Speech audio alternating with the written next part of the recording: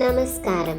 ഇന്ന് October 2 India മുഴുവൻ നമ്മുടെ രാഷ്ട്രപിതാവായ മഹാത്മാഗാന്ധിയുടെ ജന്മദിനം ആഘോഷിക്കുന്ന ദിവസം.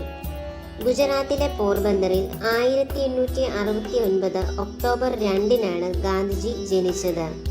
ഗാന്ധിജിയുടെ അച്ഛൻ്റെ പേര് കരംചന്ദ് ഗാന്ധി എന്നും അമ്മയുടെ പേര് പുതലിഭായി എന്നുമായിരുന്നു. സ്നേഹത്തോടെ അദ്ദേഹത്തെ ആളുകൾ ബാപ്പുജി എന്നാണ് വിളിച്ചിരുന്നത്.